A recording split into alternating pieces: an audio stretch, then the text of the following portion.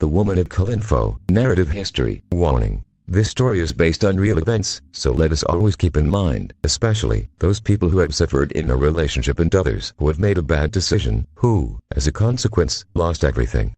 English. After his divorce from Camilla, even believing he would get her back, Mr. Khalinfo, a 38-year-old man, watched with a frown as the movers took his ex-wife's things out of the house and put them in a wagon load. First of all, they argued all the time and neither wanted to give in. This was a painful breakup for little Joseph, as he crawled under the bed scared when he heard his father and mother's screams. Thus, both decided to separate so as not to traumatize the son they had. Khalinfo thought that after the divorce she would continue seeing her son, but, on the day of the trial, Camilla won custody. She signed a document that prevented Khalinfo from seeing the child, or else she would go to jail. Khalinfo felt remorse and at the same time fury, because this seemed unfair to him, since he lost the right to see who was part of his family.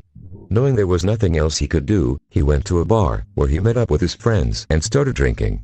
They saw him with a sad expression and asked him the cause of his pain, to which he replied that he would no longer be able to see his son, since the law prevented him from doing so. He stayed in the bar until late at night and returned home at 2 in the morning, walking down the deserted street. The next day he went to work, where he was listless all day. The boss of the company noticed and told him to make an effort to work or he was going to fire him. He submitted and obeyed the boss. Months passed, where several times he went to the bar to drink and momentarily fade his emotional pain. As the days and a few months passed, that thought that bothered him and caused him torment began to disappear. Over time he decided to harden his feelings so as not to suffer again, which caused him to be promoted. One day, while printing some work documents, he saw a woman approaching to talk to the boss. When she asked one of her co-workers who she was, they told her that she was a new worker who was just starting to join the company. From that day on, Khalinfo fixed his eyes on her, seeing, day after day, the way she worked and what she did. One day he decided to talk to her. Approaching her desk, seeing her at peace, he greeted her kindly. "Hello, how are you?" He turned his face and saw Khalinfo. She smiled and greeted him too. "Hello, good morning." "I'm fine. Thanks." Feeling more determined, Khalinfo asked her name and the response was that the worker's name was Drafira. He invited her to a date in the afternoon at a cafeteria that was located east of the city, one of the best known. In the afternoon they met and talked about work things. "How was your day?" "Well, and you?" "Equal." They continued like this several times a week, meeting in the afternoons, drinking coffee and talking about everyday things. One Saturday he went to a costume jewelry and other items store to buy something special for Drafira. With the gift in his hands he went home and there he dressed to go see Drafira when they met in the cafeteria. When the two were already there, Khalinfo took out the little box and handed it to Drafira. He imagined what could be inside the box and opened it with excitement. Yes, of course. There was an engagement ring, which meant what Khalinfo wanted. He asked her if she wanted to marry him, to which Drafira accepted, moved, upon meeting him, by his kindness and the emotional ties they both formed when they were friends. The wedding took place after a month of preparations and friends, family and others came to see the couple they would become after marriage. In the church ceremony, the bishop married them and they both extended their hands placing the rings.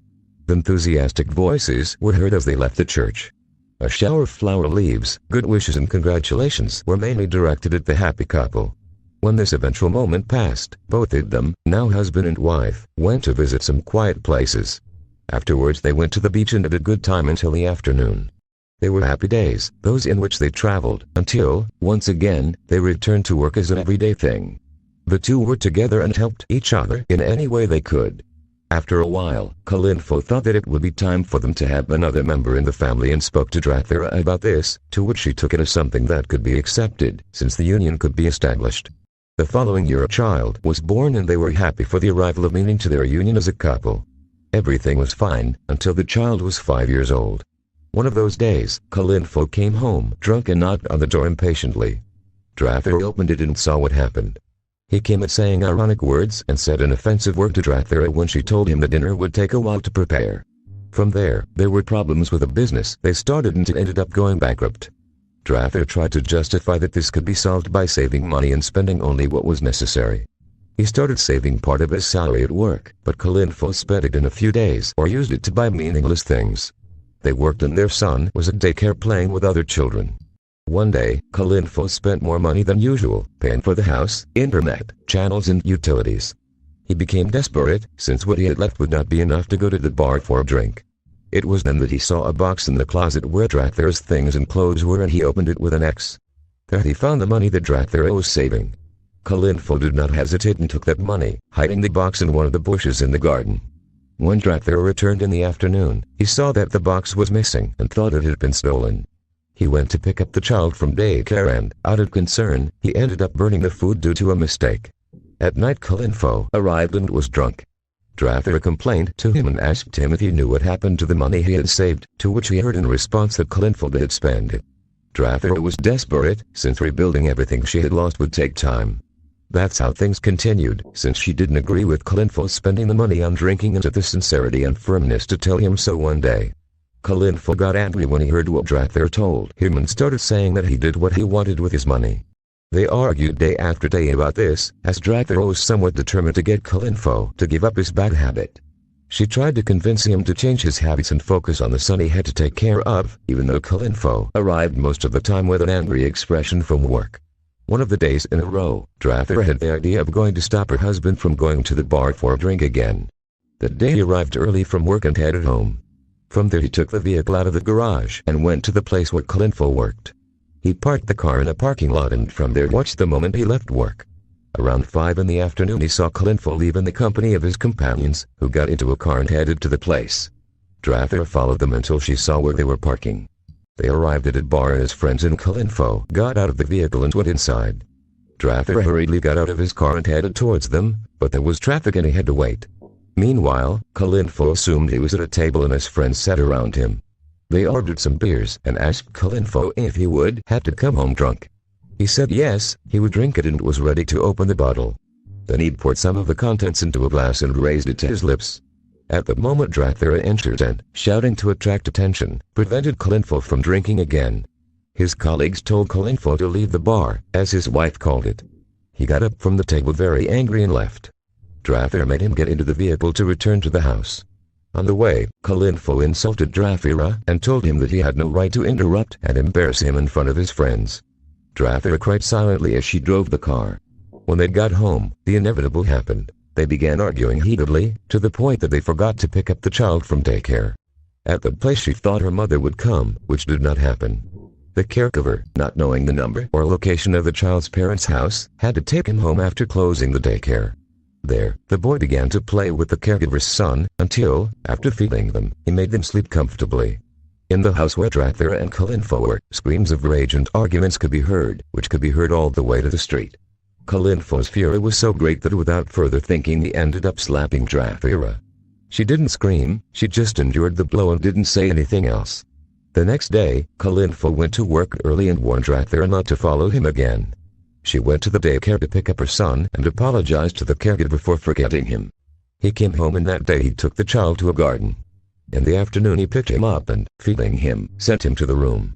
She prepared the food so she would have it ready when Khalinfo arrived. He arrived again drunk like the other times, sat down at the table and shouted for food. Drathera passed it to him, but Khalinfo slammed the plate and told him he wanted money. Drathera denied that he had given it to her to use at the bar. Khalinfo got up from the table and violently threw Drathera to the floor, where he began hitting her. The next day, at work, the workers saw with surprise that Drathera arrived with a bruised face, although she had tried to hide it. They asked her what had happened to her and she simply replied that she had fallen. They did not believe him because they already imagined that Khalinfo had hurt him. Drathera tried to avoid that topic and also make sure her son was with the caregiver when she didn't have time. The bad things were repeated again and again, as Khalinfo took revenge by hitting Drathera when he came home angry from work, for which his colleagues sometimes offended him. Drathera tried not to shout so as not to attract the attention of the neighbors as they might call the police, something she would avoid as Drathera still believed that Khalinfo was going to change his ways one day as she loved him. One day, Drathera was hit by a car and some people took her to the hospital. The emergency line called Khalinfo to come check on his wife's condition. When he received the call he thought something very bad had happened to him and went to check on him. The doctors informed him that there was nothing serious that could affect his wife, since she had only suffered minor injuries. In the room, Khalinfo was looking at Drathera, while she continued with her eyes closed. When he woke up, Khalinfo apologized to his wife for treating him badly, thus returning to peace. When Drathera left the hospital, she again felt intense silent suffering, as Khalinfo mistreated her when he arrived drunk at night. Drafter thought she had done something wrong for her husband to treat her that way. She went to see her son the next day, but the caregiver was not at the daycare. He went to look for her, finding her heading towards the hospital. The caregiver, with tears in eyes, told him that the boy lost consciousness out of nowhere while playing and had to call the ambulance to take him away. Drafter felt distraught and went to the hospital crying. While they were waiting, the doctor arrived and with a sad expression informed them that the child had suffered cardiac arrest due to an arrhythmia, which meant that he had no chance of surviving and unfortunately he died. Drafter started crying and that's how she got home. It was already late and he began to prepare food. The caregiver who was looking after her son came to her house to comfort her and stayed late into the night. After a while Khalinfo appeared and he was drunk. Drafter, without saying anything, served him his food and passed it to him. Khalinfo had a furious expression and did not sit at the table, but instead approached Drafter and hit her.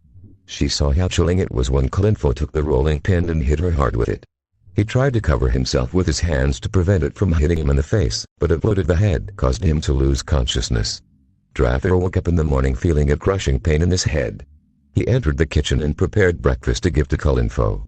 He ignored what Drafter had prepared for him and went out into the street. After seeing that her husband had gone out, she began to cry silently for her son. She thought about not telling Khalinfo, since he might believe that the accident happened because she didn't take good care of him and he might hit her again with some object. At noon he went to the morgue to see his son. Upon arrival, the doctor took her to a room where there were covered corpses. He removed a sheet and there he saw his son. Drafter began to cry again, running her fingers delicately over the boy's face. The doctor asked her if the body was going to be transported, to which she denied that she was going to transport it. He simply left without giving any more answers and went to his work. The boss saw her with visible bruises on her face and some wounds on her lip and face. This surprised him and he asked what had happened. Drafter gave the same answer as before, but this time the boss, determined to put an end to the situation, asked her where her husband was so he could be sent to prison. She got scared and told him that he hadn't done anything. The boss wanted her to understand that her husband should not mistreat him like that and that the right thing would be for him to go to prison so that he would realize what he was doing. Drafter rejected this and said that her husband did nothing to her. After saying this, she came out somewhat confused and crying when she returned home. The neighbors saw her worried, as they noticed that she was in a pitiful appearance and that she had bruises. At the bar, Khalinfo was flirting with the girl, to whom he gave a piece of jewelry. She looked at her with interest, as she saw that she had money. At night he came back drunk, happy for the girl from the bar. As soon as he saw his wife, he mocked her. Drafter lowered her head and went to bring the food. The same thing as always happened. Khalinfo started yelling at him while he was washing the dishes. She felt humiliated and at the same time pitied her son. The husband hit her again and then grabbed a metal rod that was under the table and with that left her in a very bad state after reaching out to her several times. Drafter fell asleep in the kitchen because she couldn't climb the stairs. When Khalinfo left the next day and left the house, Drafter, who had been looking at a photograph of her son, had the fatal idea of doing something to end his suffering. He went to look for some ropes and found a rope, the kind used as a support in construction. He went to the yard and saw the metal goal that Khalinfo had put up for when the boy learned to play soccer. There he tied one end of the rope and with the other he closed a circle to roll it up. In one part of the arch there was a metal base attached to another tall base with a square, which measured about 3 meters. There he tied the rope, climbed up and, passing the part of the circle that surrounded his neck, threw himself down. At work where Khalinfo was, a friend of his, who was a night shift doctor and worked at the hospital where Drafter went, informed him that his wife's son was taken to the morgue because he had died as a result of an attack to the heart. Khalinfo was burned with anger upon hearing this, as he thought Drafter was the culprit. At night he returned home with the intention of attacking Drafter. When he arrived he didn't see her in the dining room, so he went into the kitchen and there was no one there. He began to shout furiously, calling several times for Drafter, but there was no response. Drafter, come here, you're going to pay for what you did to my son. He went to the living room and did not find her. That's when it occurred to him to go out to the patio to see if he was there. A neighbor who was hanging his clothes on the roof of his house was the first to see the tragedy in the yard. When Khalinfo entered the courtyard, his eyes went to the arch and he saw Drafter hanging there. Her fury turned to terror and she ran to see if he was still alive. He simply managed to scream like crazy, since Drafter had been dead for 10 hours. It is there where he realized the serious mistake he had made by mistreating someone who truly loved him. He had lost his family and, for him, it no longer made sense to continue living. He grabbed the gun from his desk and shot himself.